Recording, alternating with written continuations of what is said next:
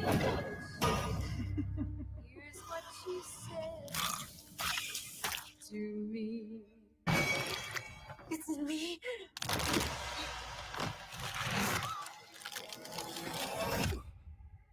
Don't let it take my babies. That's what happened to Paul. It happened to us. This evil creates terror through total chaos.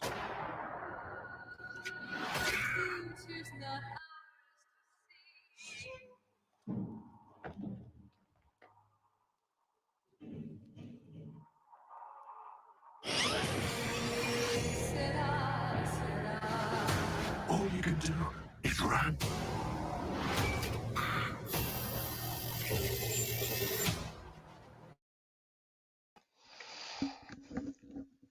And hello, everybody. Welcome back to the fan zone.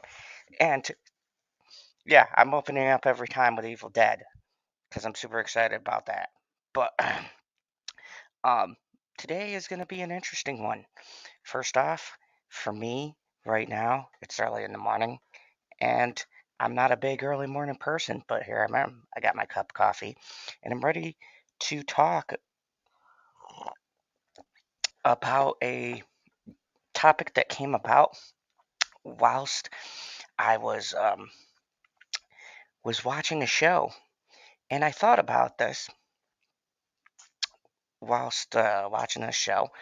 I thought to myself, "Oh boy, this would make a good topic to talk about with all of the people out there." I also took a poll yesterday on Twitter uh, to kind of see what I wanted to do as far as the channel goes, subjects I'm going to talk about, and things like that. Very interesting discussions. But people apparently like funny chats, which I like doing too. I also like the serious discussions as well. So I thought to myself, why not uh, combine both of the best of both worlds, eh?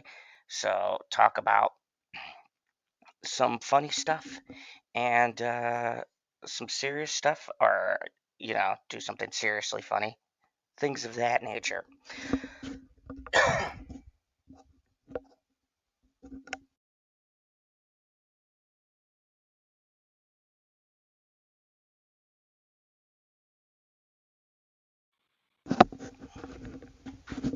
So here we go.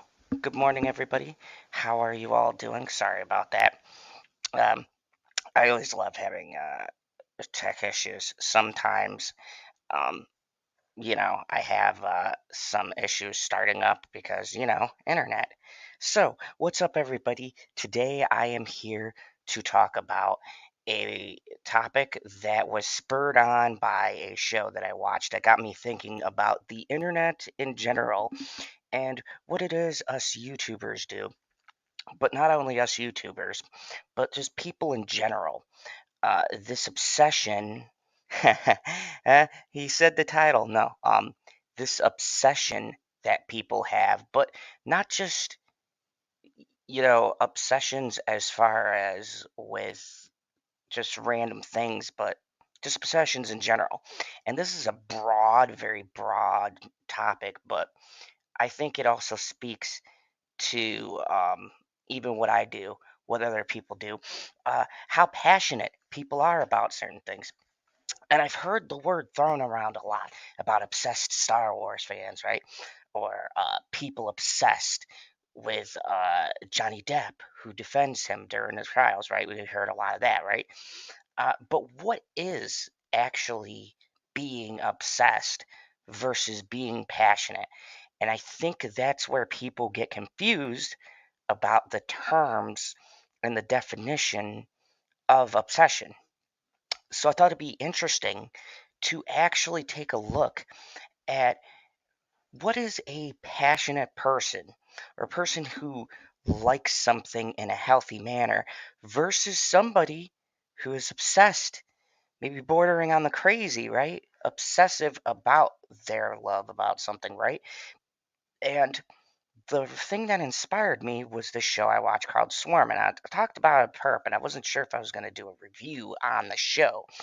And upon a rewatch, I realized, and this topic kind of came together, and I said, why do I not only do a show review, but I also do a topic review? Because I think both of these topics, and they really hit home to what I do here on YouTube, which is bring great content, but also talk about shit that I like, as along with other people who I've seen who talk about things that they like.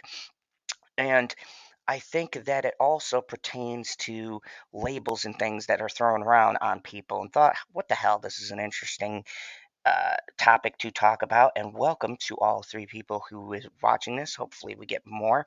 Um, if I get a decent amount of people who show up, I might do a couple more of, well, for me, balls early morning streams. For you guys, about midday for some people. Some people not. Some people might be like 10 if you're over on the East Coast, but whatever. I hate you people. I'm drinking coffee here to wake up. So I said, should I dive into the show? Should I dive into what this all pertains to? Why I'm talking about this? So I thought the simplest way to really talk about this whole entire subject was to start with something that most people seem to forget about, and that is to start with the definition. So I wanted to start with the Webster's definition of what obsession in general is, because I feel like people put labels and definitions and terms on things, but I don't think they actually look up the terminology, right? They don't, when someone calls people things, and this has gone with a ton of arguments I've ever gotten into in my life, right? With a ton of things that I've seen. And it's that everybody puts on labels and talks shit and says stuff, but I don't think they look up the definition of what they throw out, right? I don't think that they sit there and go, what does this word actually mean before I use it? Which is kind of funny and ironic, because you would think if someone was going to use terms like this, they would they would actually look up the term, right?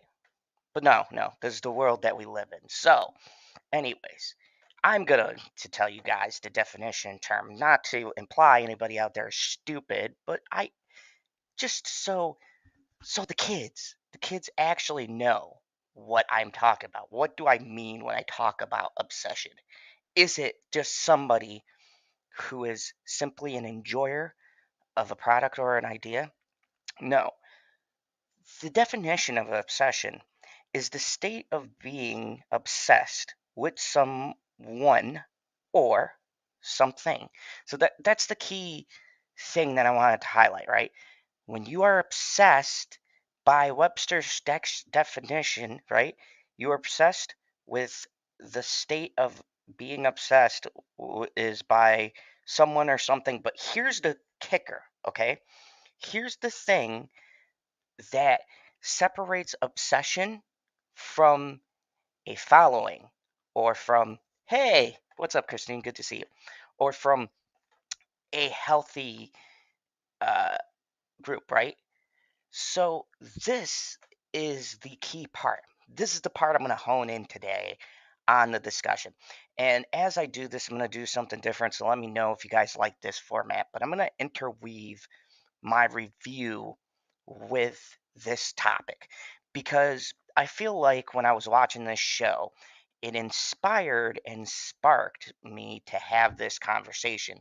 And I'm going to weave certain ideas of the show within this topic discussion, because I feel like the show itself begs to have the talk about exactly what obsession is, because I've been called obsessed. I've been called a Nazi obsessed, crazed Star Wars fan, right? When Last Jedi came out. What's up, Lemon Pie? They were like, oh, you hate new Star Wars because you're obsessed with the old kind. Well, let's break down obsession, right? I want to break down the Webster's definition of obsession to then see if I am indeed obsessed or if I just give a shit about consistency and a well told story. So, the first part of obsession for everyone just joining, right? Because I'm reading the definition, the Webster's Dictionary by Oxford. Their definition, okay? I'm going to take this as legit, okay? So the Webster's definition, I'm going to read the first part, but really the second part is what I want to hone in on because I think the second part really informs me of what an obsession actually is and where these words get leveled and used, but I feel like people don't understand the context of the meaning of the word that they're using, like being called a Nazi, right? All of these different terms. So I think it's important to establish what the term means and how you're using it before you use it. So the first part of obsession is the state of being obsessed with someone or something. Quote, she cared for him with a devotion bordering on obsession. But the second and most important part is an idea or thought that continually preoccupies or intrudes on a person's mind. So it's an idea that continually preoccupies or intrudes on a person's mind. So just think about that. An obsession, right? Basically, you could live your whole entire day of thinking about things you got going on, but there's always a lingering thought, right? There's always a feeling, there's always a thing where your thought is just invaded with whatever it is you are obsessed over, right? So the definition of a obsession is kind of like that song you can't get out of your head, but times 10, right? That's what I like to think of it as.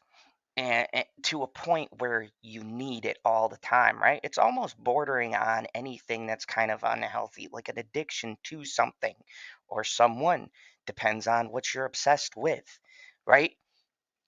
And I found this really intriguing because this goes into my review of a show. And keep in mind, I'm not going to spoil much, might spoil a few things here and there because it goes with my topic. But this is more of a topic interweaved with a review because I think this topic and the show kind of go hand in hand and got me thinking a lot about the topic of obsession and what we're all obsessed with and how people are all obsessed with different things.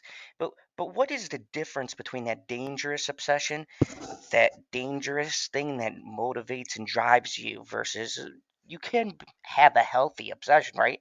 I've got Nick Cage. Now I'm not gonna go and stalk Nick Cage. I'm not gonna like tackle him and abduct him or some crazy shit like that. But one might say I have a bit more of an unhealthy fascination because, there's a cardboard cutout that I'm literally staring at right now, and there's a shrine to the man himself. But see, what is the difference between what I'm saying? Because for me, um, I'm saying it's a fun thing that me and Bitchy do, right? It's fun. But then there is the other end of the obsessed coin. People who stalk people who can't live without talking about this certain person, or they are so consumed by the thought of certain things. And it got me thinking, like, here on YouTube, the debates that we have, woke culture, all of this shit that's in the background. Where do you draw the line between informing people about things and honestly yourself being obsessed with the topic itself? I've literally seen people I might actually genuinely say are bordering on an obsession of hating companies or people or things to whenever something is reported about that thing, right? They fixate. I'm obsessed with ice hockey and my team, Val. learn Val Valor Orange over here. If Christine, I do apologize if I horribly butchered that name. Words. But plus it's early in the morning. But yeah, I found it interesting. So I wanted to dive into this. I wanted to dive into what do you consider an obsession versus what is just fan theory, things like that. So one more time, an idea or a thought that continuously preoccupies or intrudes someone's mind. The word they consider similar or in the same kind of family is fixation, which I find interesting, right? So we're gonna dive into this. Thank you, Christine. I'm glad you don't mind me butchering the English language, but to be fair, I am Kryptonian. So, anyways, I want to dive into this and talk about some things. So, like I said, here's the part where I will weave some ideas of this show to illustrate some points that I want to make about this topic as a whole, right? So, hello, Rebecca, how are you? Remember that we have a few more letters over here that you don't have over there. Well, I appreciate it. Uh, the understanding because, yes, you guys do. So, I was watching a show, and that's what spurred this topic for today's discussion. And it was called Swarm. It's on Amazon Prime. I would highly suggest you take a second to sit down and watch the show. And here's the thing, I'm not going to spoil everything, but I am going to set up the first episode. They're only 20 to 30-minute episodes. It's amazing how much storytelling. If anybody enjoyed the show Atlanta, the person who made that show did this show. And I think it's one of the most intriguing questions that is asked in a show that I've seen in years because it made me think up this whole topic. So I'm not gonna. I'm doing good, Rebecca. It's good to hear from you. Thank you for coming by. I've done a little bit of an earlier show, although I don't know what it is over there. People are trying to convert me to UK time. Look, I have a hard time keeping track of US time. Let alone, like, I hate waking up early too. So for me right now, it's 9 a.m. This is as early as I get up. So okay, 10:19 a.m. Good. So it's not that early for you. So, anyways, the show Swarm, right? Why this topic came about. I want to give you guys the setup so you kind of get an idea of whether or not this is something you want to watch. And I do warn you, some of the subjects that they tackle in this show are quite heavy. Uh, so it might not be everybody's cup of tea. But basically, the setup is these two young girls who are sisters and also kind of best friends, confidants, things like that. And throughout the course of the first episode, you kind of meet the one who is, her name is Dre, and she is the main focal point of the story. And she had her sister's name, I believe, was Marissa. I want to say Marissa, something like that. Um, and forgive me for everyone who watches the show and I butcher the names. I do apologize. But uh, she is fans of this singer named Nija, who is, I'm going to just come out and say it because I believe is a carbon copy of Beyonce.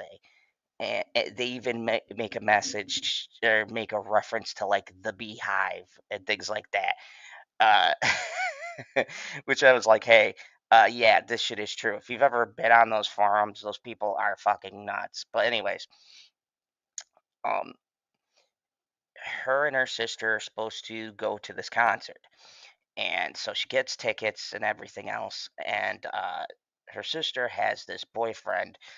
And, you kind of see him talking with her, trying to get to know her. But she is very different. She's quiet, socially awkward. Yes, I do need more coffee. But don't worry, I got it right here in Captain America's head. But she's quiet, she's socially awkward. And so Dre um, decides to go to this Niger concert, even though she brought her sister tickets. Her sister decides to go with her boyfriend to go take this trip. Well, her and her boyfriend get into this argument. He kicks her out of the house, they break up, whatever, relationship stuff. So she calls Dre, who went without her sister to do this thing. She kind of was just like, "Fuck her, do my own thing." First time she goes out and does her own thing. Comes back later, the sister wrote all of these texts, and you see the texts, and the texts talk about how her and the boyfriend broke up. She really needs her, blah blah blah, and she didn't see the text until the next morning. Now, there's some things that are going to go into this, and I'll talk about it later.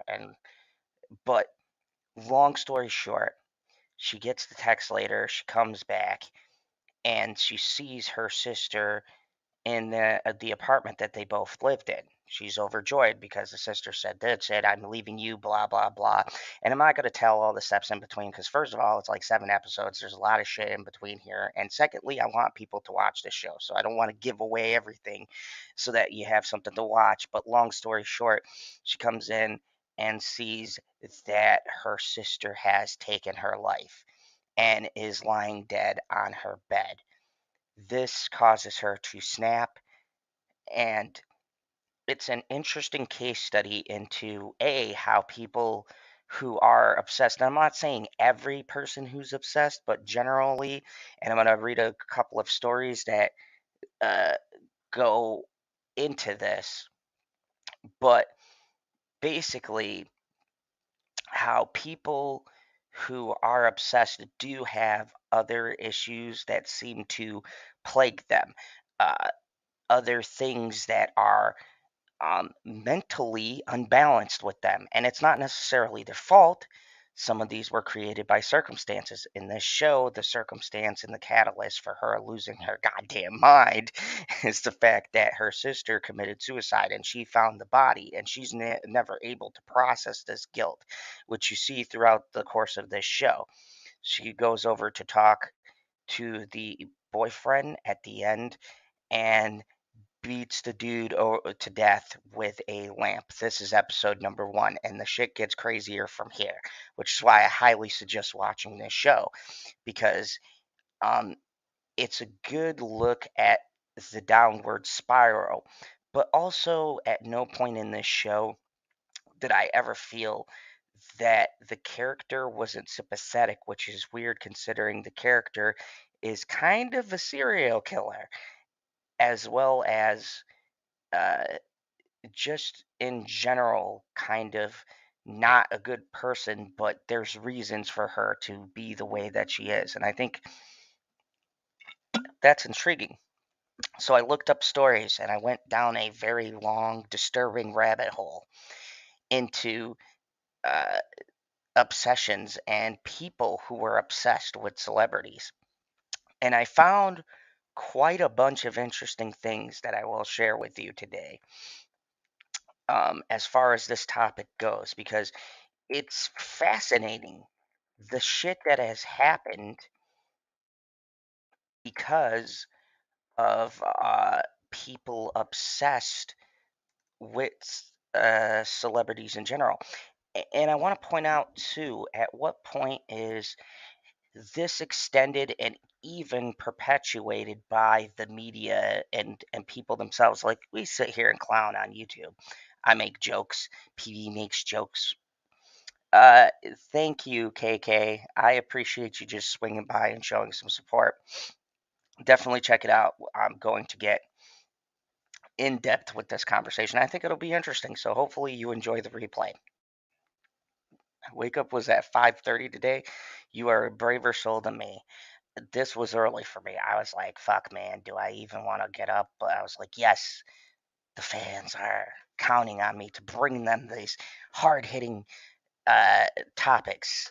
So, um, but yeah, so I dove deep into this rabbit hole, into these things that uh, were were quite interesting. And so, there were a lot of interesting stories, um, about people who were so obsessed with celebrities and awful tragedies that happened. And I'll be honest with you, before I started this, uh, I did not know half of these things that had happened as a result, uh, of these obsessions with these celebrities. And I think that this show does a really good job at illustrating what can happen when people have these really strong compulsions and urges, and just the horrific events that have happened during this. So I want to bring up a story, and some warnings here, some triggering warnings for all of you people out there that might be sensitive to this stuff. Um, but I think this illustrates what I'm trying to drive home with this topic, which is important, and the distinction between uh, healthy obsessions, and you can be healthy and obsessed with certain things. I have Star Wars. I have Nick Cage. I'm sure there's people here watching who have their thing, right? And one could be labeled obsessed because it's something that you always do or you always look forward to, right? It's that thing, as we read the definition, right? That nagging thought or that idea or that one thing that you're compelled to do. And that's not necessarily a bad thing. But there are things, and I think things within society that make these things unhealthy. And I 100% believe the media stokes in. And I'm going to talk about these systematically. I'll bring up the media. I'll bring up, all of that as we go through this discussion. But I just want to highlight some things, that happened as far as celebrities go. Um, and the things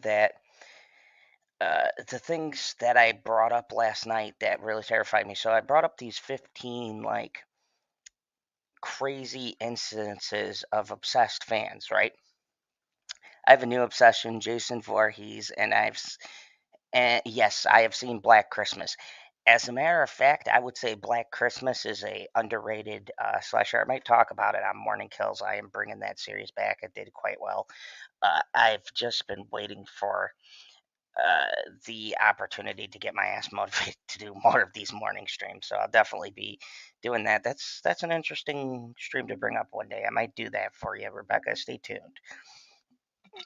But there is a very uh, bunch of chilling stories. So I was bringing this up, and it's kind of funny thinking about the new generation. I don't know how many people come across this stream, but Billy Lenz. Well, it depends. When I bring up these stories, you can judge how healthy your obsessions are. So, if nobody knew, there's a little known actress. You might know who they are. Jodie Foster. So, I knew Jodie Foster had had something crazy happen, but I never knew the story. So, if you guys didn't know, around the time of Ronald Reagan and things like that, uh, this was when Jodie Foster was younger, and she was in a movie called Taxi Driver. Now, Taxi Driver, within itself, is a very controversial film because it's Robert De Niro who plays this taxi driver who, uh, I want to say, falls in love or is maybe protective. I don't know. It's a really fucked film. But basically, Jodie Foster plays a 12-year-old hooker or prostitute. Sorry. There's distinct. distinctions. Rebecca says, I have heard of the name. Yeah, most people have. So, what most people don't know is that Jodie Foster had an obsessed fan. Um, Forgot their first name, but Hinckley, along those lines. Um, and he had been writing her letters and all sorts of crazy shit, right? And he had a real fixation, and it's interesting because his fixation developed from that movie Taxi Driver. Now, first off, and look, I'm gonna throw some jokes in here. It's not to make light, but it's just my style, and and I just can't help but to find it funny that out of all of the Jodie Foster movies, you would be attracted to her, and this would be the movie that you would pick, where she's a 12-year-old prostitute. I don't know. Yes, I don't know if, first off, starting your obsession at that point is kind of weird, and I don't know what that really says about the person in general, but I'm not here to judge. I just want to point out these obsessions and where they led. But um, this dude was very, very creepily obsessed with this character, sent her letters, all sorts of shit. I believe they even spoke, according to what I've read. And he felt like she didn't have this deep connection that she had or she didn't have a deep connection that he had to her. So, in a last ditch effort, this crazy person went and took a shot at Reagan and tried to assassinate him, killing two of his bodyguards and nearly hitting him. Um, it said towards the end he wrote her a letter talking about how he was going to prove his devotion. So just picture that leap. You go from this weird obsession with this person, with this character, that, keep in mind, is a 12-year-old prostitute. So that one in itself is kind of really crazy as far as the mental health aspect goes. But then that leads to you taking a shot at a president. That leap to me is fucking nuts. That is that's crazy how you get from, and he wrote a whole letter about how he was going to prove his love and all of this, and yeah, he takes a shot at Reagan. That is fucking insane, and I never knew this was the thing. I had no clue until I started looking uh, into um, this whole thing and the different things that happened as a result of um, these people with these crazed obsessions. So um, yeah, he took a shot at President Reagan, and I wanted to look up the name. It was John Hinckley Jr. So he had become obsessed with her in the from the film Taxi Driver, and although his plan had failed to take out Reagan, and three others were injured, including press secretary James Brandy, who was disabled permanently in the shooting. Ever since, Jodie Foster has avoided talking about the events, stating, quote, I do not like to dwell on it too much. I never wanted to be an actress who is remembered for that event because it didn't motivated or had something to do with the president themselves, but this was just a crazy person obsessed with a celebrity that wanted to take it to the next level and prove how devoted they are to this person. And so that to me is an unhealthy obsession, right? An unhealthy way to go about expressing your love for someone or something. It's fucking nuts. Um, there was another one I wanted to bring up. here because there were a couple of different other ones that I didn't know about, right? So there was one for Steven Spielberg, right? Never knew this story. It was crazy. In 1998, Steven Spielberg was informed that the police had apprehended a man outside of his home, an alleged stalker. Spielberg, who was shooting Saving Private Ryan at the time, was told that the stalker had been caught carrying handcuffs, duct tape, and a box cutter in his car nearby. There were more handcuffs, razor blades, a map of Spielberg's home, and a notebook with pictures of Spielberg's family, including his 7 children. When questioned, the man, Jonathan Norman, said that he was, and I quote, attracted in a certain way to Spielberg and planned on doing something that, I won't say on YouTube because I'll be demonetized or, pulled down or, warned by the YouTube gods, but you could put it together what he was planning on doing. In court, Spielberg said that the man frightened him because no one before had ever come into my life in a way to do me harm. The director testified against the stalker, saying, "I didn't want this individual to put me, me or my family through this anguish, the nightmares that I've had because of this." Like, that's crazy. This dude had duct tape, a box cutter, and handcuffs. Like, and thankfully he was caught. But there's some of these stories that don't end that way, right?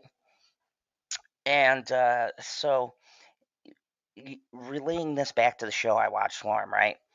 There's a couple of scenes where, uh, and keep in mind, this is all like dramatized, heavily dramatized. Um, there's a lot of these people because of.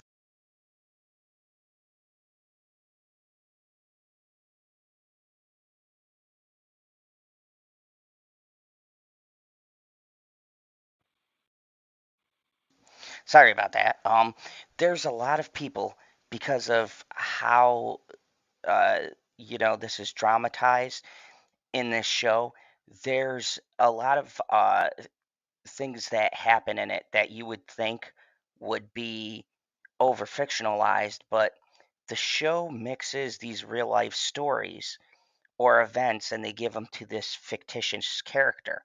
And the crazy part is, as I was going down this long rabbit hole and looking at all of these events and the things that have happened, a lot of what is in the show is not too far off of what happened in some of these stories that I was reading. So the story itself and the show itself is an over dramatization of the events, but they put this like little disclaimer that says this is not a fictitious event. This is actually based upon several events that have happened, yada, yada, yada. So the story itself is fictitious, but what they are doing and some of the way that this individual kills some of these people were actually, it happened in real life. And so, this being such a broad topic, let's break this into certain categories that I want to talk about and kind of dispel the difference between what I feel is an obsession. What's up, rookie? I am talking about the show Swarm and the topic of obsession. Are we obsessed as YouTubers?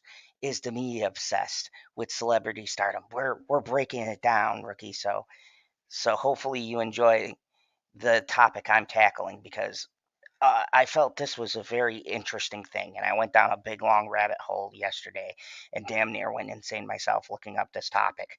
So, yeah. So, rookie, I just told a story about Jodie Foster and how her obsessed fan led to a president being shot, President Reagan. So, interesting story. Look it up. Oh yeah, obsessed indeed. Yeah. So Steven Spielberg had a crazy fan as well. I just got done with that story.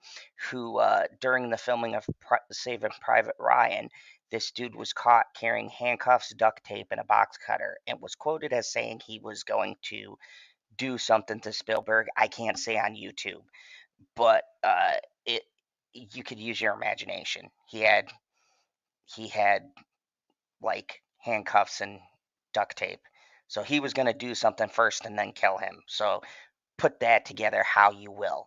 Um, but yeah, I want to go through some of these celebrity things, and then I want to talk about um, the uh, in relation to how this is used to YouTubers, and then how pertains to the media as well. Because I do think the media is obsessed. They are obsessed with chasing fame, and they're obsessed with glorifying these celebrities. And I also want to relate this to how I believe in society. This perpetuates people's desires and obsessions, and it feeds into it because for me, I think a lot of this too is homegrown and fed to people that are in bad places. When you are in a place that is where you're vulnerable and you're in a shitty mental state, it is very easy to get caught into these delusions and uh, to be kind of pushed into this sort of safety, the safety of meeting the person that makes you feel good and stuff. And I'm gonna bring up Eminem and Beyonce because if you looked at my thumbnail, I do have Swarm, I have Beyonce, and I have Eminem. Uh, they have all dealt with, or in Beyonce's case, cultivated an obsessive fan base.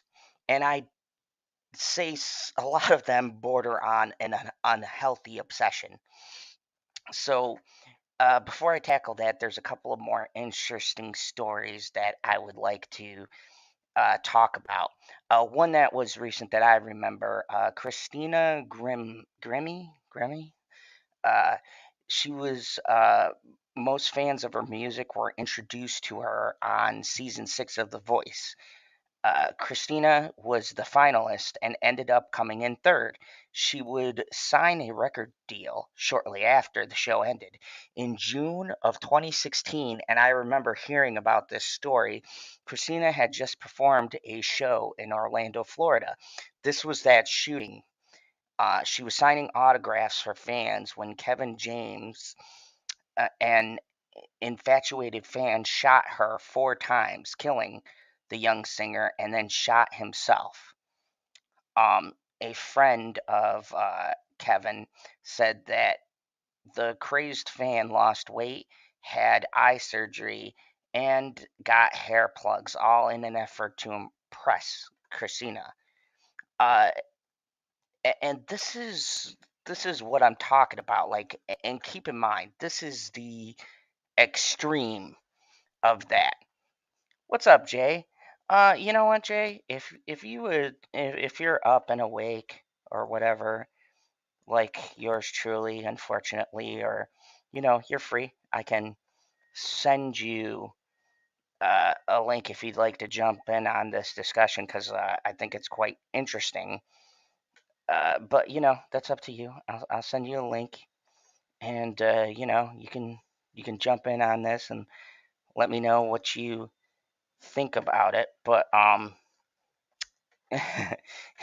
okay, you're working. Well, I'll be talking for a while. So, anyways, so yeah, um, so to me, what is the difference there? Well, to me, that is an extreme form, and I'm talking about extreme forms, but I'm going to get into the media and everything else, and what you wouldn't be considered maybe extreme, but I do think it affects things going on in the world now. And also, I'm going to tackle this culture war because I think there's a lot of obsession on both sides of the argument. I think a lot of people obsessed with proving uh, how cancel culture is and woke culture and stuff, and then a lot of obsessed people on the other side as well. And then somewhere in the middle is us poor people who have views against both sides. And, uh, if you sit in that middle ground, you're ostracized on both ends of the argument instead of just being like, hey, I agree with certain things here, I agree with certain things there. And this is the same thing with politics, too. People obsessed with Republican, Democrat, and everything, and the people kind of in the middle of the discussion get lost in the noise between two loud, obnoxious sides of the argument. Really, you can say any argument in general. You can be ostracized for not taking a stance one way or another. That within itself is an obsession, right? The obsession with being right about everything you're saying. Now, I have a lot of hot takes here in the Phantom Zone. I have a lot of things that are extremely controversial that people either agree or disagree with, you know. And uh, Jay, you're welcome on anytime, whether you're taking lunch or, whatever. Uh, we're always available here in the Phantom Zone. But, anyways, my point being is that I think that no matter what side of an argument you're on, you can become obsessive with that itself. Like I said in the beginning of the hour, right, with the textbook definition of obsession, it is an idea that continuously or is continuously in your head to the point that you can't let it go. And I think why I like this show Swarm is because it does show that sometimes a thought could invade every aspect of your life. An unhealthy thought, an unhealthy idea, an unhealthy obsession with something could control every facet of your life to where it actually impedes your mental health and your relationships and, healthy uh, thoughts and ideas. So here's one that kind of hits me a little bit harder because I was a fan of this band, but uh, and keep in mind you can look this up. The article is stars who had their lives ruined by obsessed fans, but number 4 on this list was Dimebag Darrell. If you guys don't know who that is, Darrell Abbott was the co-founder of Pantera. After turmoil within the band throughout the 90s, Pantera took a hiatus in 2001 and formally disbanded in 2003. Sad day for me. I loved Pantera. Dimebag Darrell and his brother formed Damage Plan, which was a pretty great band, in the same vein of Pantera. In 2004, while performing in Columbus, Ohio, former uh, Marine Nathan Gale shot and killed Abbott and 3 others. The killer was said to be a former fan of Pantera who was distraught about the band's split, possibly blaming Abbott. Another possibility and an explanation is that Gale illogically believed Pantera had stole some of his lyrics. That is extremely disturbing to me. First off, um, no. I hate these cases where like they stole my lyrics or they stole my idea. Look, if you didn't put the lyrics out first, if your idea wasn't out there first and someone got to it, copywrote it, got famous off of it, and it's been out there for years, then no, like maybe it was your idea. You just didn't capitalize on it quick enough. Someone else did. Um, and 2, I think it was more along the lines of this person was just obsessed with the Pantera.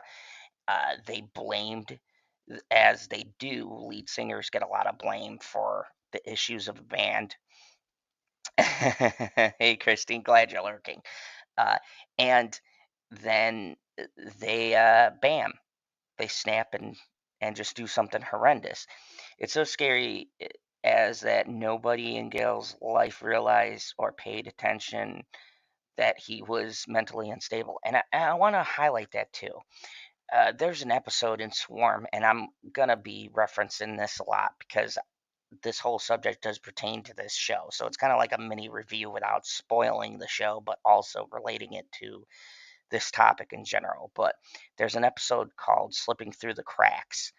And I don't want to give away any details because it's kind of episode 6. There's only 7 episodes. Please do watch this show on Amazon Prime. It's really great. Um, it definitely, like, they're half-hour episodes, 7 episodes. I got through it in under a couple hours. Um, but basically, in this show and in the episode Slipping Through the Cracks, you find out more about Dre, who is the protagonist because we're following her view, but more of the antagonist of the story. And you see that she's had a tough life. That they don't get much into her backstory about what happened to her, but she was in the foster care system, adopted into this family, and that the violent tendencies were always there. But having, like, I guess you'd say stepsister, but in this case, they call each other sisters. So I'm just going to say having a sister and having a loving home. And then a certain event happens. She is returned back to the system. And then she uses this singer as a way to cope with her problems. Now, after, as I described in the beginning, the first episode, and losing that sister figure, there's a snap, and she just loses it. And I think that in a lot of these cases, and especially a lot with these obsessed people, I think a good majority of them, from what I gathered and I've read, have had traumatic things happen to them, and they find a comfort, and the obsession is built out of a necessity for comfort and for an escapism, which then turns unhealthy because they use it also as a coping device, which then just leads into a snowball effect. And in this case, it's taken to the extreme, and I thought, wow, this is certainly very extreme. But when I'm reading about these stories, it's not out of the realm of actual factual events that have happened. And when looking into these different people and these different events, you can see a pattern of these unhealthy people and the way the system and even us around them hadn't noticed. Or maybe you talk to the person, or maybe you're friends with them and you think, that person's a little off. But nothing like, oh, they're off and they're going to go kidnap somebody and do some crazy shit. It's more of a feeling. And I've met some people like that in my time. I've hung around in magic circles and different fandoms and things like that. I've met some people where you have that one person who's kind of quiet, kind of in the back, a little weird, right? But I've never judged people like that because I've always thought in my head, maybe they don't talk, maybe they don't say anything because they have some shit going on, right? We all have shit that goes on. And maybe they are in this sport or event or fandom because it makes them happy. They're with a bunch of people who like what they like, right? And this is the thing that intrigues me about the whole entire thing, right? There's a good kind of weird, right? Me, PB, Jay, all of us, right? We hang out in the fandom zone. Some could come to our stream and say, look at these fucking weirdos, right? But it's a fun weird, right? There's It's a good vibe. And then there's the silent, quiet person where you're like, oh boy, look at this person, right? You're kind of leery because they're very quiet. They don't say anything. They have a very passionate view on whatever they're in, to the point of getting angry or mad if you even question it a little bit. And that to me is the unhealthy part, right? That's the clinging on to something. And I think what it comes down to is whether or not your obsession drives you versus it's just something that brings you happiness, right? If something is driving every aspect and every facet of your life, that is unhealthy, right?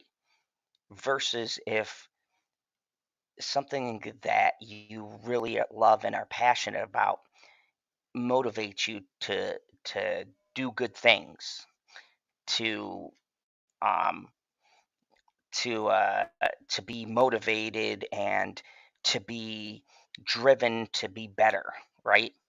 Because some things you're obsessed with can drive you to do great things, right? uh, Directors, producers, creative people who make these works of arts, they're driven by their passion of the art that they're in, and they bring good stuff. And one could say they're obsessed with that, right? They're always obsessed with creating, making something new, and driven to be the best at their craft. And there's nothing wrong with that kind of obsession. That's a healthy obsession. And it's interesting to me how that could be flipped, and it can also drive your thoughts in a negative way, and you could always be um, fixated on this one thing to the point where you can't function a normal life. And I think that's where the term kind of gets thrown around uh, to whatever. So when I was reading things about, like, say, Last Jedi or something like that, just to use this in context, because this is where I feel like the term was very loosely used. And there was an article that says obsessed Star Wars fans hate Last Jedi because it breaks canon and all this, right? And to an extent, a lot of us didn't like that because of the fact of how it broke canon and things like that. But throwing that label around, right?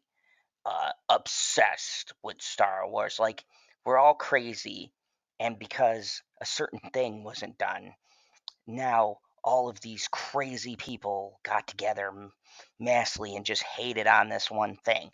That's where I think this word is used improperly. Because, yes, maybe certain individuals and people within the fandom are obsessed with each and every aspect of what George did, true. But at the same time, now you're talking about different factors that are going into that, which is that the quality and the storytelling was deliberately made in such a way to agitate people knowingly that these people love this. And you took something people loved and intentionally shit all over it, just to create your own art. It was a way for people, it was a way for this director to purposely give people the middle finger. And they've come out and said as much. When you say something like that, now you're intentionally trying to piss people off. And I think that's a whole different ball game. That there's a huge difference with someone honing in and stalking an individual, leading to a tragic event, versus I just like something. And as someone who critiques things constantly, I like well written things. And for me to give my critique, and yeah, maybe I have a bias towards this particular property, and you come along and you intentionally write it bad, none of it is coherent or makes sense. And on top of that, you do shit all over things that were previously established within what you're working on. Like, to me, this is not the same as being obsessed with an individual to the point of stalking them or doing crazy shit. And I think that's where I find it weird that um, the term would be thrown around in such a way. Even with the JD case, right? To me, and I met a lot of people within the community, right? And a lot of people watching right now are from this community where, and I noticed this as sort of an outsider first coming into this, was you had a side spinning a narrative of all of these people obsessed with Johnny Depp himself and not looking at things factually. But I know, and there's a lot of people here who yeah, when one gets the stalking point because one is obsessed, isn't that more because the individual is very mentally unstable? Sometimes yes, and sometimes no, and I'll get into some of those factors too. Because yes, some of them were mentally unstable. Well, yeah, I would say a lot of it too. A lot of things I've read into does mental stability does factor into it.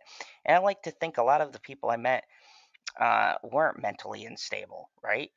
Um, just looking at the JD case, right? Uh, the narrative that Amber's team spun was this crazed fans and trolls, right? That's a big one. Trolls. They're all trolls. They're trolling. All these trolls are attacking this poor woman, right? But even now, even with the media, right, they've completely dropped this. And the reason why was because the evidence and the facts were so overwhelming that people who may not even particularly like Johnny Depp as an actor could look at the case and go, you know what? This shit is pretty obvious, right? It's obvious. Yeah, the bots. Apparently, I got a lot of bots who watch my channel. So thank you, everybody who's a robot. I'm glad your AI enjoys my satire and my channel. I appreciate you. Um, we got a bunch of fucking Skynet going on here. But yeah, I think why so many people were fascinated and why there was such a shift was because in this case, no, it wasn't people who were just obsessed with Johnny Depp, right? I don't give a shit how many people there are in this world. You can't tell me thousands of people, like literally thousands, were just obsessive over Johnny Depp in general and just the way he is and just wanted to bone him and that's why they're backing him up. No, and I'm being quite blunt here, but that's how it was presented to me when these weirdos were making their defense, right? It's all of these thirsty people, all of these crazed people, right? But no, um, I'm not trying to get with Johnny Depp. I mean, good looking guy, but nah, that's not my cup of tea. Now, if we were talking Nick Cage, maybe. I'm just joking. Anyways, uh, no, but it was I looked at the facts and the evidence and what was being presented, right? And it's the same thing with me covering this thing on Jonathan Majors. Like, yeah, I enjoy his movies, but just the events and the way that they took place were weird to me. So I want to see the evidence, right? And that's what a lot of people were seeing. The evidence and the presentation and the way things were presented weren't right. Nick Cage facade, yeah. Yeah, that's hilarious. The way the evidence was presented, something was off with the way stories were being told. And I think it was proven rightly that Amber was a lying piece of shit. And, you know, that is the difference between this so called obsessive group of people who they just wanted to ruin her. No, she did a good job of ruining herself. And that brings me neatly into my favorite topic, the media and their obsession, right? The media is the most obsessed bunch that has the balls to call people trolls and obsessive fans and and things like that. But think about the media's job and the media through history. And I got a story for you guys about one of my favorite actresses, right? And I've mentioned this story live, but I think it ties neatly into this whole topic that I'm talking about, which is Kate Winslet, right? Loved her in Titanic. I pretty much love Kate Winslet in anything she does. She's in this HBO show that was fantastic called The Mayor of Easttown, um, where she plays a detective. Just great stuff. She's constantly doing really good projects, but she's more low key. You want to know why she's low key? Because obsessed media, and I'm going to just make that broad, and I'm not saying every media person, but 99.9% of them, right? When Titanic came out, they downright body shamed her. And I don't mean this bullshit about what they call body shaming now. I'm talking about like just they would make comments about how she looked heavy set and overweight in this movie and all this stuff. And Kate Winslet, I wouldn't even say she looked heavy set. I'd say she looked healthy, right? She was healthy looking. She's not skinny like a rail. She's not obese. She's just kind of like somewhere in between, right? Uh, they said some horrible shit to the point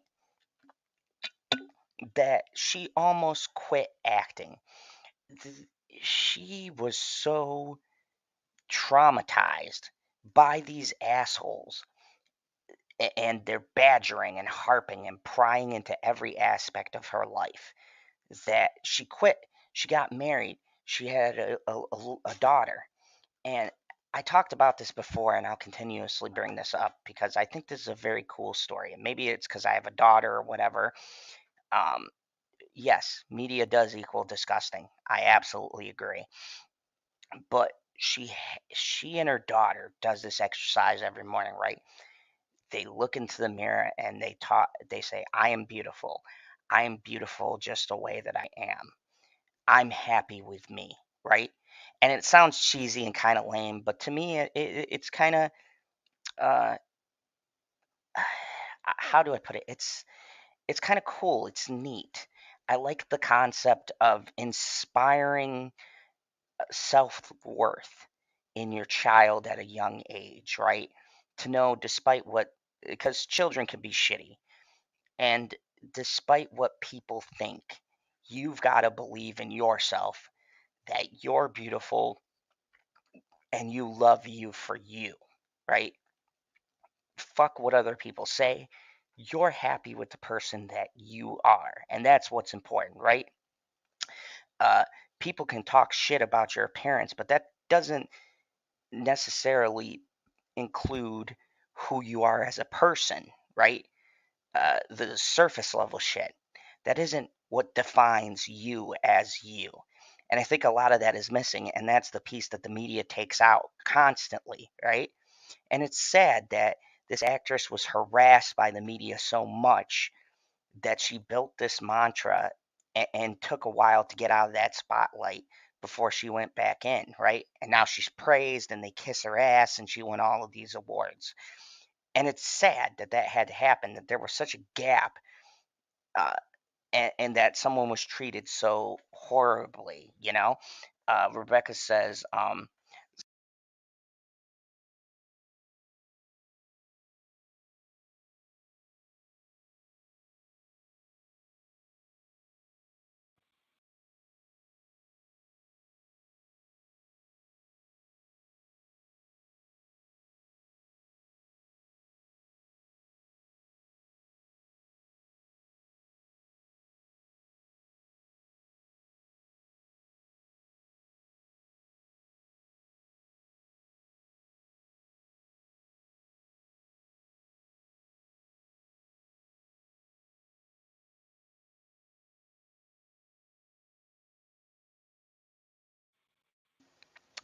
hopefully I'm coming back in.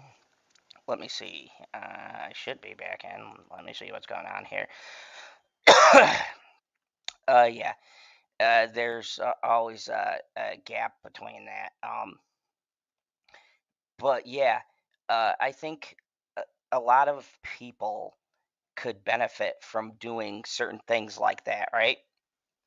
I think that it's cool that that she has promoted this exercise to her kid. And I think that that is a cool, healthy expression to have for your child at that young age because, you know, she's in the spotlight now. And despite what's being wrote, her kid will realize that, you know, it doesn't matter what other people say, it's what they determine for themselves.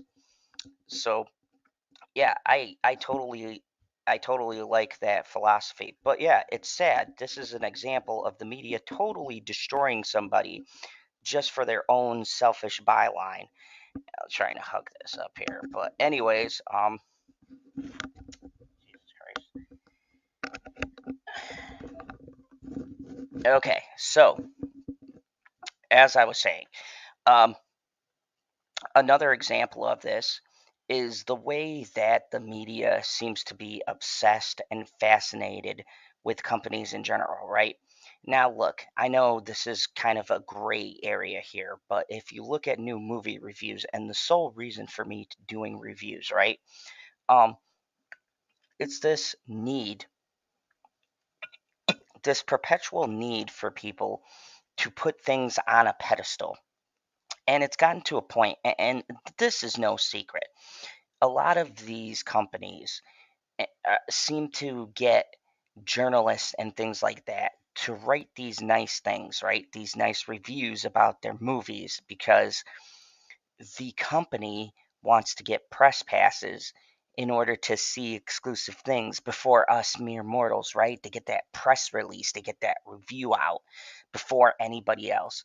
But this is the thing I always found funny about that and kind of interesting is at what cost that you've gotten to a certain point that you give up your integrity and your opinion, which in fact a review is. Look, I can say this show is great. You can go and watch it and think it's a piece of shit and you hate it, right? Because your view on something versus mine could be two very different things. I can find this thought provoking and intriguing, which inspired me to make this whole long uh, discussion on the topic of obsession, right? And the discussion itself might intrigue you enough to watch this, but then you could just find the show isn't your cup of tea, right? And that's okay. That's cool. I just suggested it. I'm like, hey, you might like it, you might not.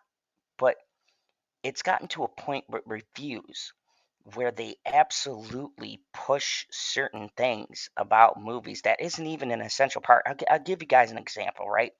Dungeons and Dragons, I've heard a lot of shit both ways. And I've even heard some reviewers that are very critical about, let's say, woke media, right? Come out and say, like, wow, this movie isn't even woke.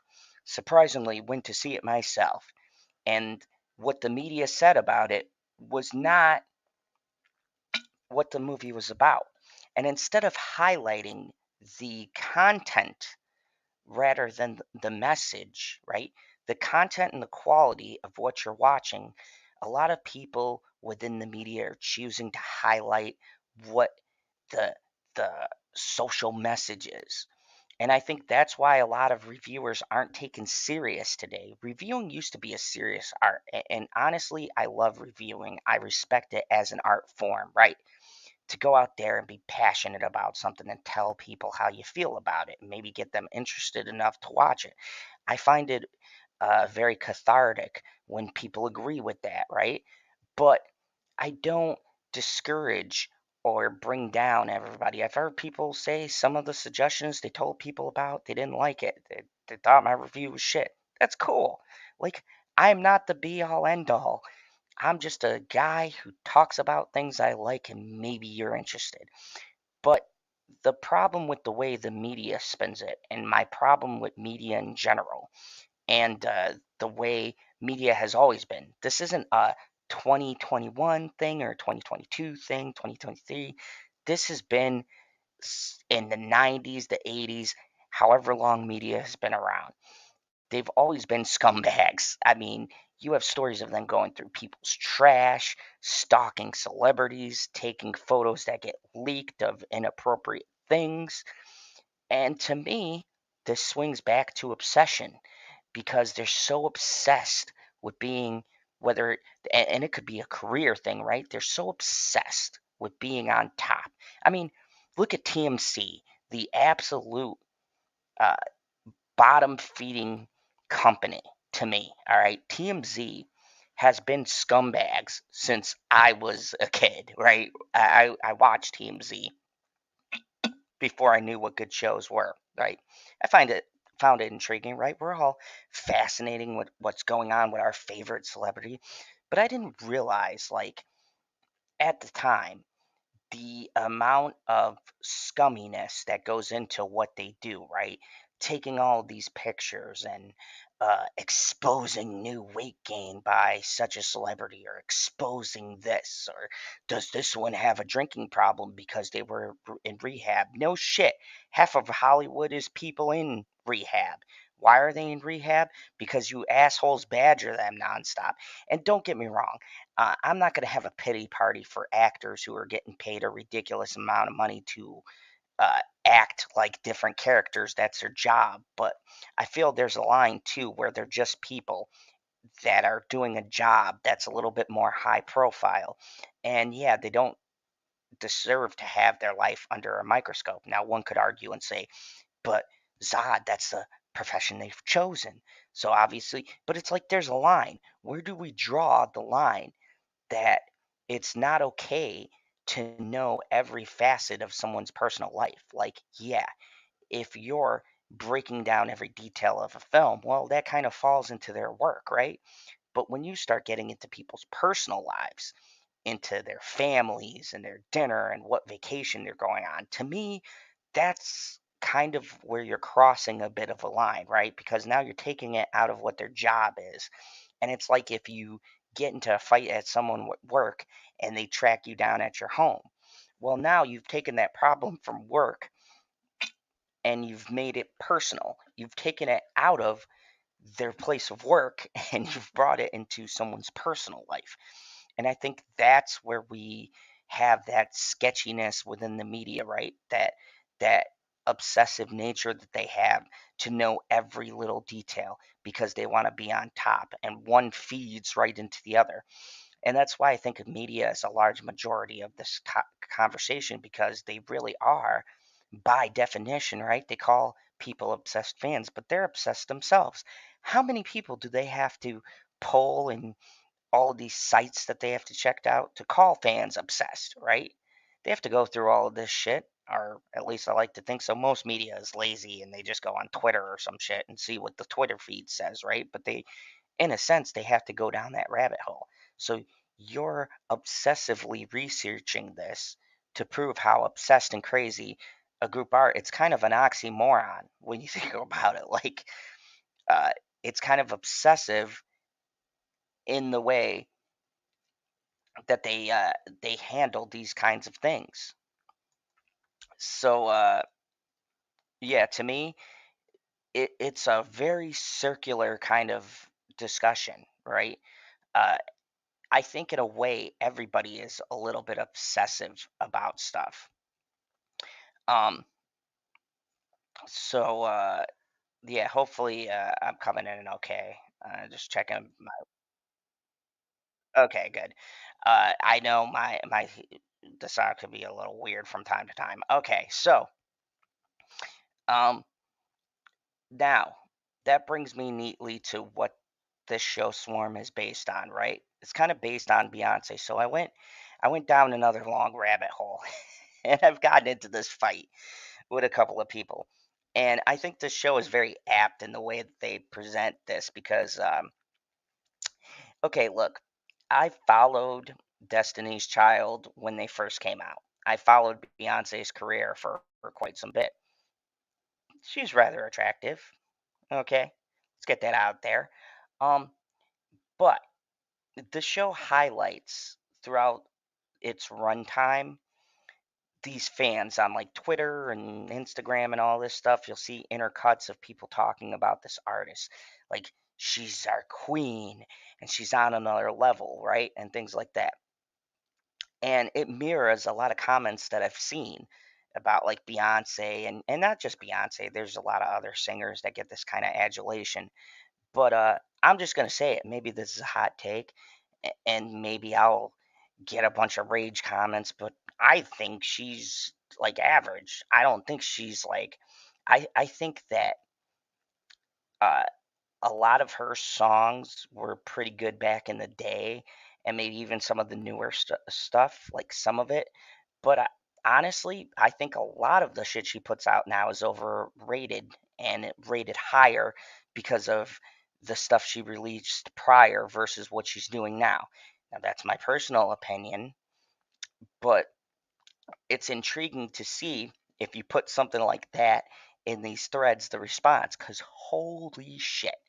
Now, we were talking about this obsessive stuff. There's some literal scary comments, right? People tell you go kill yourself. You don't know music. your taste sucks. They'll ask you what you like and be like, "Oh, that sucks. You you have horrible taste. Go kill yourself. Die. Your family should die." Like shit like that, right? And now, like, some of this could be people just, you know, saying shit, right? I've said stuff about actors and actresses by day. All right. I've had a lot of people I've said horrible things about. And uh 90% of it is joking. Some of it was was legitimately pissed off. Doesn't mean I actually wish it would happen to the person, right? Not gonna go say, I'm not gonna go, oh yeah, I'm gonna go take them out. No. I, it's all satire or in good fun. But when you see it on these forums and things like that, it doesn't feel like that. It feels cultish. I'll be quite honest. Like just this really weird group of people who are using this artists and music and kind of propping them up. And this is the interesting thing about this whole thing as far as Beyonce goes, is that I never see anything from her or anybody in her group or her people she works with, right? Who try to give out any kind of a positive message about how this is not an unhealthy kind of thing, right? They call it the you know they call it like the beehive, right? For Beyonce, and in this show they say killer bees or the swarm, hence the name. But see the comparison there. It's not very subtle, and I think it's cool to point that out because I think it's weird. Okay, it's weird having this whole thing. Like it's cool to have a catchy name. I have the fandom zone, right? I'm a fan of General Zod. I have the fandom zone. I have my little group in here, whatever. But there is a distinct difference between a kind of almost cult like mentality versus a just healthy group trying to perpetuate some fun laughs versus this really rabid, almost like attack dogs, right? And it's interesting that none of these actors, actresses, singers try to talk to their groups in a way like, hey, you can appreciate my music and you can appreciate what I do, but please don't go after people who don't like me, nothing like that, right? They almost encourage this, all right?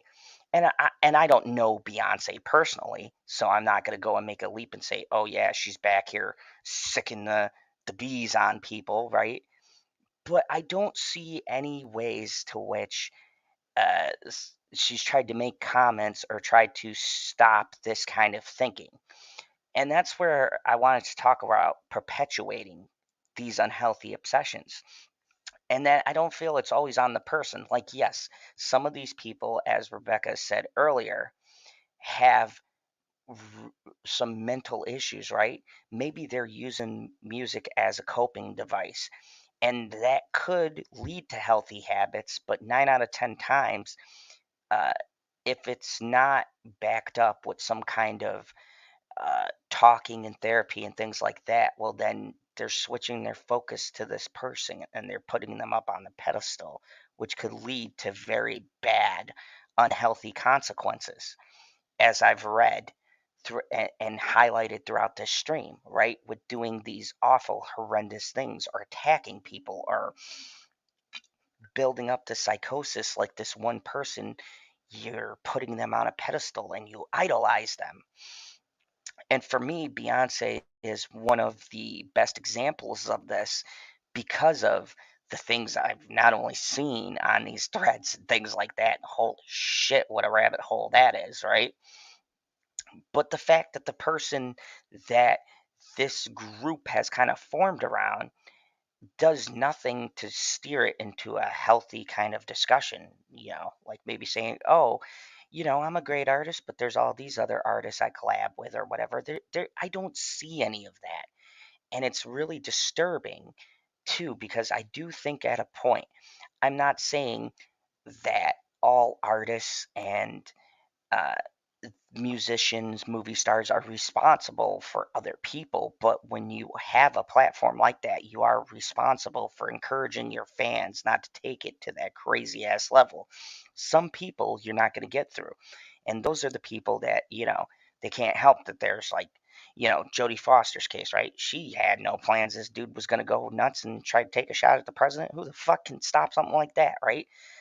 But now, if she was out there encouraging an obsession and being like, hey, there's nothing wrong with it or whatever, right? Well, then that's where you have the issue. And I think the media, too, feeds into people being obsessed with these stars and celebrities and things like that. So it's like, yes, is it up to the person not to do these horrible things? 100%. But does the media, the people they're obsessed with, society itself, kind of foster and drive these obsessions? 100%. The media has been doing this shit since they were formed, right? Cultivating and driving people towards these ideals because they want to control where the idea goes.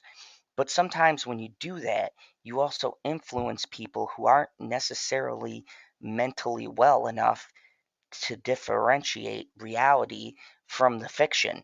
So you're driving these people to do crazy shit. And that's where, and I was watching this show and coming to the realization like, yeah, there's a lot of other factors that go into this obsessive base uh, followings, right? And why I bring up Beyonce in particular is because I do find it interesting that I never see her or anyone who represents her try to steer people away from being obsessed with her as a star. And it's kind of crazy.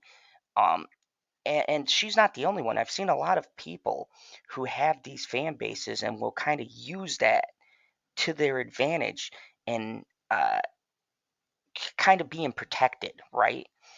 And that too is like it creates the problem for a lot of other people who want to do these professions, but then get faced with the crazy fans and all of this crazy shit that happens to them, right?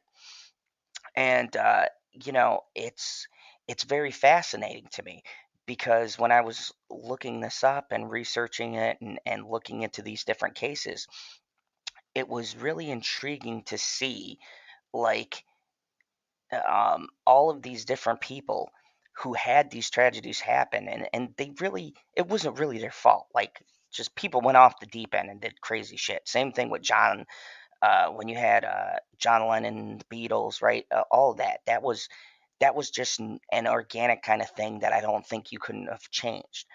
But now, and I'll start with Beyonce. I kind of jumped to Eminem here, but now with Beyonce and what the show is based on, I do feel like you do have an artist like this and no attempts to kind of try to steer these clearly very obsessed people away from these unhealthy ideas or try to use it to maybe help out these people who might take this to an extreme level.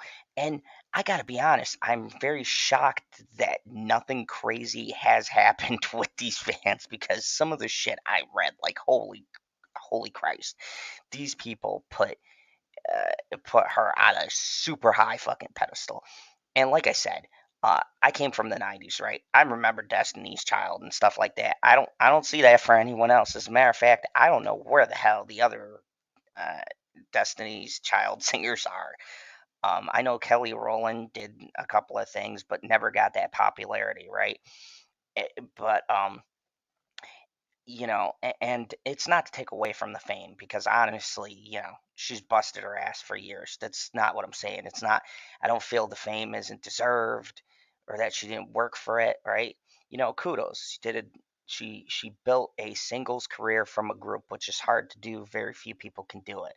But when you build up a kind of rabid fan base like that, I think you do still have some sort of responsibility to kind of make sure that this fan base has a healthy view of you and your music.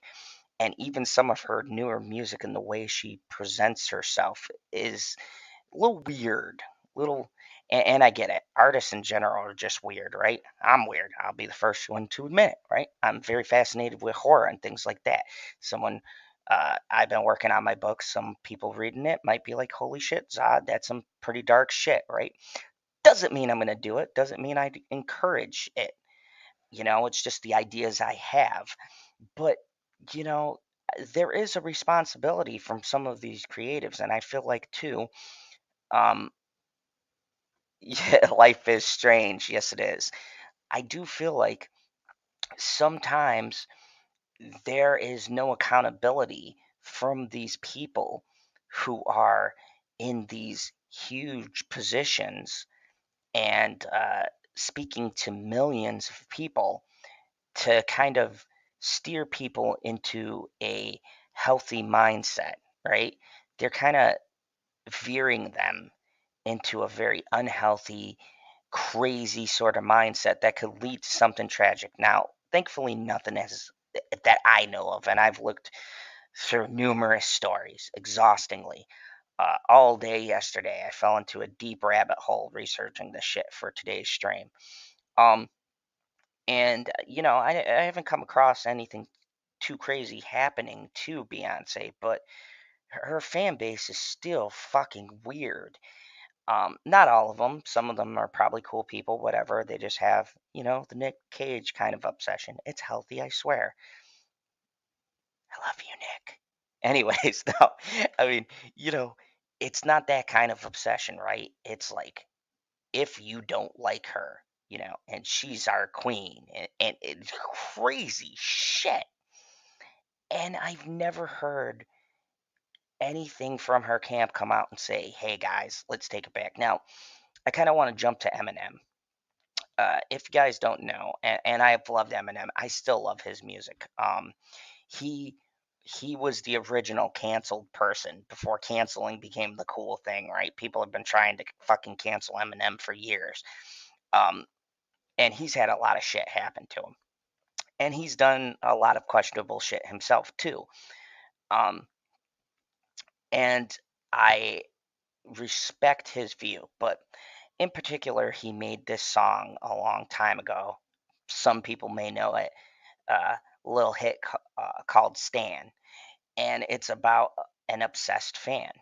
And the really fascinating part of this uh, song is that it is actually legitimately based on a crazy fan that Eminem had, and the realization he came to with how much his music was affecting people. And this dude wound up killing himself. Now I don't know if everything is in the song is true. Supposedly he had a girlfriend, and he wind up killing himself and his girlfriend. At least in the song, she was pregnant. Whatever. I believe he said that was kind of over dramatized. That's his style of rap, right? He does very over the top kind of music. But the story itself was true, and the person themselves wound up taking their own life. And the letter he writes at the end is actually a letter he wrote to this person. What's up, T Virus? Good to see you. Welcome. Talking about Obsession, also a little bit about the series Swarm on Amazon, but mostly keeping it vague because I want people to watch the show. But um, so I got done talking about Beyonce. You can rewind this, uh, Terrence, and watch the rest to kind of get the gist of this. But anyways, so Eminem at the end writes this note, and it's to the person who already killed themselves, and he talks about it, and him versus Beyonce, I kind of liked his stance more about it, right? And he made a lot of raps about this too, which I found cool, about not uh, idolizing him and what he's talking about, right? That what he says is his way of venting the shit he's been through, but it's not encouraging you to go out and do the same thing, right?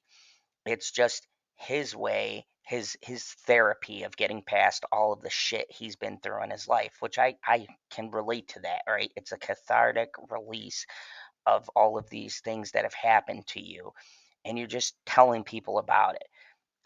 But then you come to this point where you realize people can take that shit to heart and build that obsession, right? And that's the theme of today's stream. And him versus how I feel like other celebrities, uh, people in music and things like that handle these obsessive fans are two very different things. Um, and that is why I have both Beyonce and Eminem, because the fan bases are both a little bit crazy, but I think the individuals has handled these in completely opposite ways, right? Like I never hear condemnation from Beyonce when talking about this weird fan base that surrounds her, versus Eminem has addressed it and even came out and said like, "Hey, uh, cool that you're down with me. Glad you're buying my albums. Glad my music helped you out of a bad spot. But don't do this shit, right? Don't go out there and be killing your girl and all this crazy shit, right? I just do it because that's how I vent." Um, T Virus says, "When I was 14, I realized I have to save myself. No one was able to help me. My training saved my life. Otherwise, I would have taken my own life." And that's cool to hear stories like that, Terrence. Thank you. Yeah, I think that you have to find your own thing and your own way to deal with your trauma. I think idolizing anything and obsessing over anything isn't healthy. um, Everything in life needs to be taken with moderation. And when I was watching Swarm and watching this show and realizing like how crazy and how crazy people have taken these different obsessions, and then realizing it, I'm like, I'm a YouTuber. Am I perpetuating this?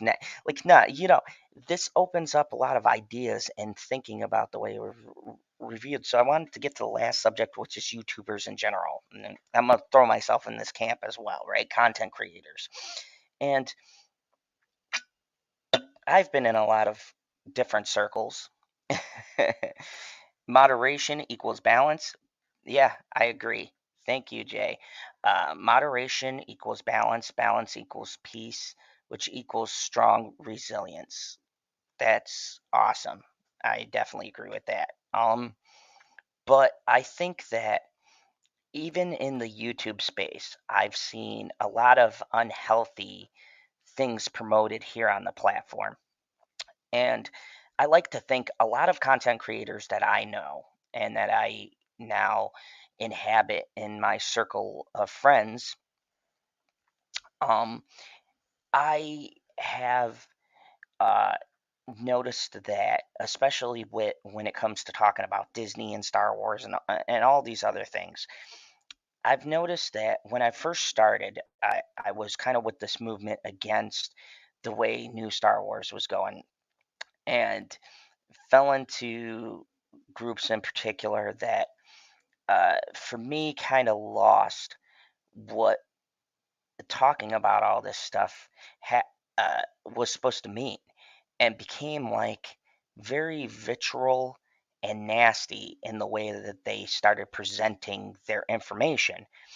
And you know, uh, I kind of I kind of got out of that. Terrence brought up a good point. Says, "For me, I never experienced trauma, but I did experience terrible humans. Most humans are trash. If one is not careful, they will destroy you. Mental strength is the most valuable and important thing. Most humans lack mental strength as they consistently take the blue pill. I will never make the choice to be weak. I've seen what that looks like, and that's not for me." Exactly. Um, and that's where I got out of some of the groups and circles that I was into. Not the most gracefully, but I had a fundamental difference of opinion with some of the things, and now I still check those areas of YouTube, and I still see uh, now that a lot of it is kind of like what we fought against, which is just promoting one side of this is just bad and trash because it looks like it might be woke. And crazy that a lot of those people came to that. Oh, thank you, Jay. I appreciate it. I think it's crazy that a lot of people have come to that narrow, dogmatic view of looking at things. Because if I've learned nothing else, the world is not black and white. I think a lot of mental issues too can stem from viewing the world so narrowly, right? Yes, there is good and evil, right and wrong, but there's also a morally gray area within there where sometimes the good thing isn't the right thing, and sometimes the wrong thing is not necessarily bad, right? There's choices and decisions that have to be made along the way, and sometimes you have to do something shitty. That's just the way it works. That doesn't make you a bad individual. That doesn't necessarily make it a bad choice. It makes it a impossible decision with no real good choice. You make the best choice you can uh, with the options you have presented to you. Now, I do believe people create opportunities to put them in bad situations where they have no good options, but sometimes just your living situation, what you're going through, you don't have the right choice, or the right choice isn't necessarily the best choice for that situation at the time, right? Uh, Terrence says Earth is the worst planet in the universe. This is because of humans. After all, these creatures haven't changed. They find new ways to get worse as they go out of their way to harm one another. I agree. Um, but, like, I guess in general, I wanted to really dive into obsession and what exactly makes people obsessed. Um, what is obsession, and what is the difference between someone who's a fan of something and someone who's obsessed with something? And is obsession bad? Well, I think that question is unanswerable now that I've dove down this rabbit hole. I wouldn't necessarily say being obsessed with something is necessarily a bad thing. I think to me, at the end of the day, it's A, what are you obsessed about? And B, does this obsession drive every facet of your life? And if it is it driving it towards something positive or something negative? I think anything you let become an over consuming uh, thought, anything you let um, drive you to a point where you can't function without that one thing is unhealthy. No matter what it is, even if it's positive, because you can be into something positive, like too much of anything is not a good thing. Uh, you know, and see, Terrence, I don't know if I exactly agree with that. It says obsession is bad if a person becomes violent or falls into unhealthy habits. I talked about that earlier. Definitely rewind the stream and check it out. I went over those bad points, but I think you can have good obsessions, right? Uh, like obsession with working out, being healthy, um, staying fit, uh, being obsessed with uh, being clean and doing the right thing. I think there is ways you can drive, especially if you have an obsessive personality. I think there's ways you can drive it to helping it to benefit you, and I think the that having an obsession itself isn't necessarily a bad thing, but it's what you do with that, right? And it's whether or not it takes over everything in your life. That's what I'm saying. What I mentioned is bad kinds. I was only speaking about the bad ones. Yeah, I talked about those earlier too. I went through several cases of people obsessed with celebrities and things like that. Uh, but yeah, Terrence, I agree. There is the unhealthy ones. And I highlighted a lot of that, but I wanted to kind of end off on a positive note, right? Because I talked about a lot of heavy shit. Go check out Swarm. It'll definitely get you to think about a lot of this shit. It's why I built this whole stream. But also, too, um, I think if you have an obsessive personality, uh, I think one way you can use that to your benefit is try to drive it towards uh, creating positivity in your life and trying to get into something that makes you feel good and that's healthy for you. And too much of a good thing is not good, so they say. Uh, but at the same time, um, I do think it's healthier to drive your obsessions towards more uh, healthier paths, right? And maybe being obsessed with making yourself a better person or being obsessed with uh, helping others in any way you can, and like I said, it's a morally gray thing, right? Because I think, like Terrence says, when we hear the word obsession, we jump to all of the negative parts of that word, right? The crazy people. Um, we don't think about like people obsessed with working out or being healthy or taking care of their body. And I think, Terrence, you embody that with your comments for me, right? He says the training is the most important thing to me, regardless of what humans think or say. Terrence will always be fine because my willpower and mental strength is rare in 2023. And I agree, right? Being obsessed with training your mind and your body, I don't consider that a bad thing, right? You are taking that drive and you're putting it towards improving yourself. And therefore, that's where I'm saying I think sometimes you can drive a healthy obsession in something, right? And there's something to be said about working out too much and all this stuff. But if you are obsessed with that and you're sticking with how much you should eat and things like that, yeah, you're obsessed with working out. You're obsessed with with getting it with sculpting your body and your mind. But is that really bad? To me, no, it isn't. You're obsessed with bettering your physical and mental. What could be wrong with that? And I would contend, my friend, Mr. T Virus Terrence, I find nothing wrong with that. I would call that a healthy obsession, right? And there is such a thing. There's definitions for it, you know?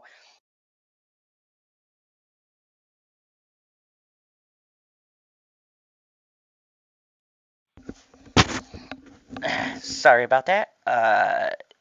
It wouldn't be the Phantom Zone without technical difficulties. Jesus Christ. You know what? I just, sometimes I hate technology. I really do.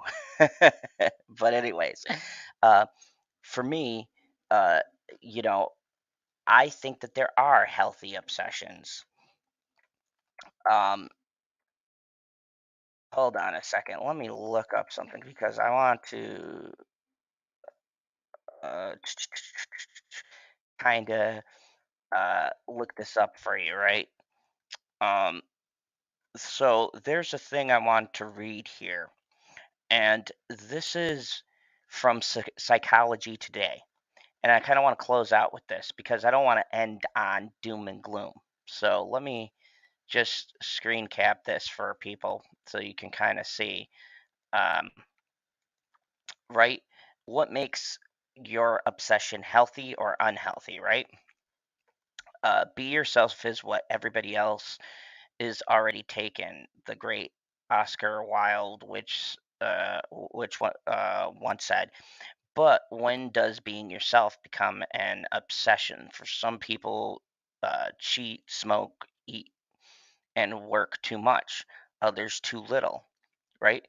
The Freudian view of civilization as the fight against our instincts, the hedonistic approach to the life that involves unleashing our passions in quest of pleasure, somewhere in between uh, Epicurean philosophy tells us that we should simply strive to eliminate desires and live our lives in an ongoing state akin to someone who has just finished a pleasant meal without eating too much or too little, without craving anything. But how much of this is really our choice? Can we adjust behaviors and change our personalities, right? And I believe I'm not going to read this whole thing because it's a pretty long article here, but it does talk about interpersonal skills and things like that, OCD, and all sorts of other personality disorders and things like that. Um, but you know, there's this interesting thing called the it's there's three traits that they bring up, and one is agreeableness or interpersonal sensitivity. This trait is important because it enables you to get feedback from others or take other views into account. It is a secret path to empathy and having a warm connection with other people.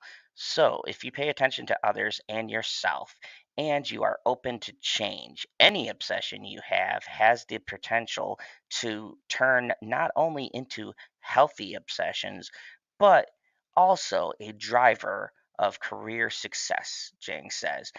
The creative mind plays with the objects it loves. The only way to love something is to be obsessed with it. But if you have the wrong combination of personality traits, you may end up being obsessed by it. And I think that's the key, right?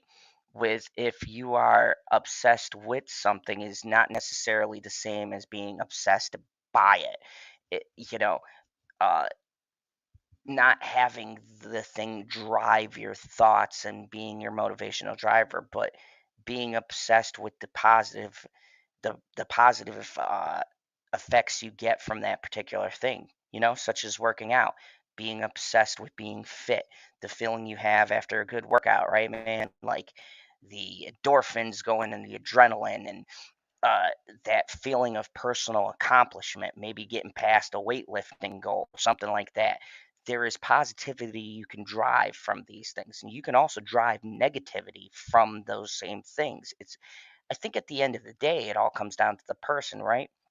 But I think that you could also use some of your shortcomings and focus in on things that are only going to drive you towards something positive rather than something negative. Um, yes, I do agree with that. I don't always agree with psychologists or therapists. Um, I think it's just good guidelines. Like they do some interesting studies. When I was a kid, my parents sent me to a therapist, but it never worked or helped. It never helped for me too. But I know it does help some people. I don't love or hate anything, as I find these emotions to be completely useless naturally. Those things serve no function. Um, I think that you do have to have a little bit of love and hate. I do think it drives passion. I heavily hone in on my passion for things, as you guys could tell by being on my channel. Um, but I do think that it's all in how you use your passion, how you use your drive, how you get motivated for certain things. I think they're very important to play factors into your overall mental health. At the end of the day, there's a difference between obsession and a choice. I make choices, but I have no forms of obsessions. I mean, I think you bring up some very interesting points, Terrence. And you know, Um, I think that I appreciate having this discussion because it is interesting hear the different to hear the different points of view and to tell you the truth. I brought this all up because at the end of the day, I leave it up to you guys. Like, are you obsessed about everything? Or are you obsessed about anything? Uh, do you have things that you're passionate about?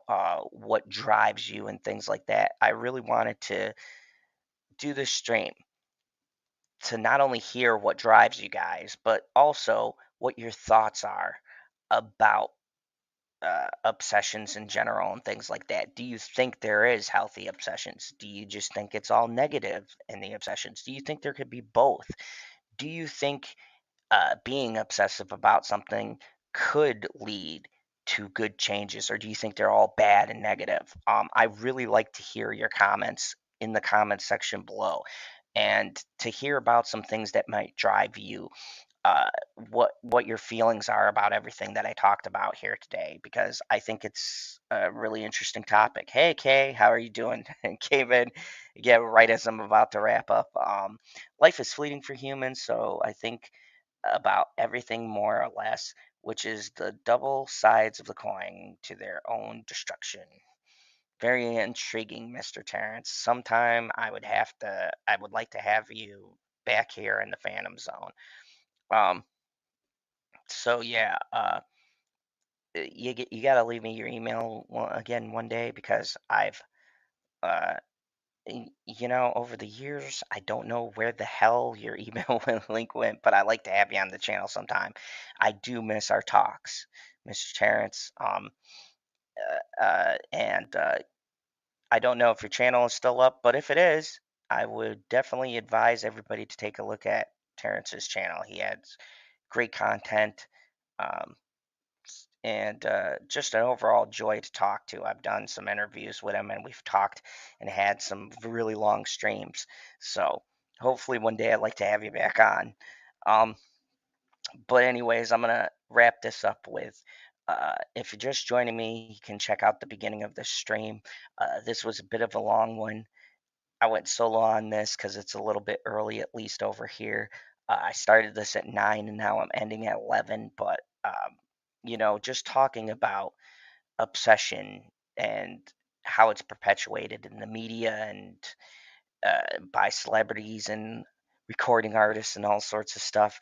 And the show, which specifically dealt about this. And I did talk a little bit about the first episode just to intrigue everyone.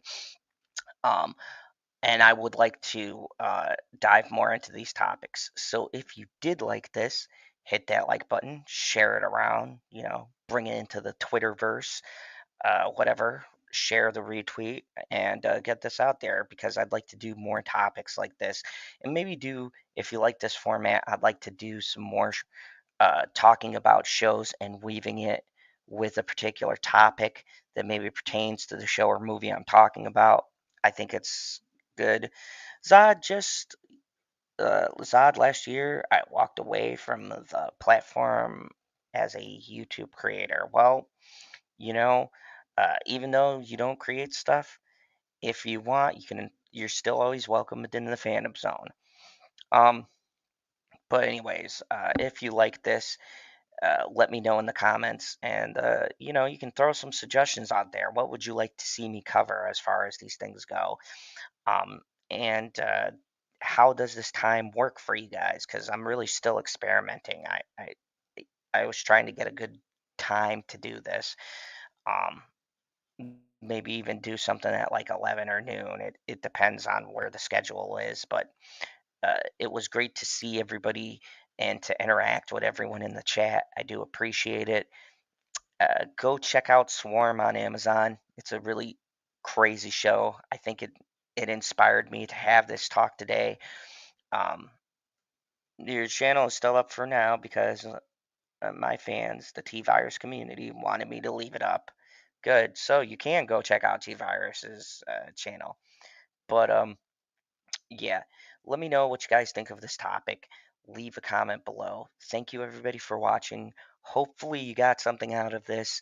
Hopefully you enjoyed my rambling for a good almost 2 hours. And yeah, I'll be back for uh, another show. This has been a Wake Up with Zod. So grab your cup of coffee and let's chat.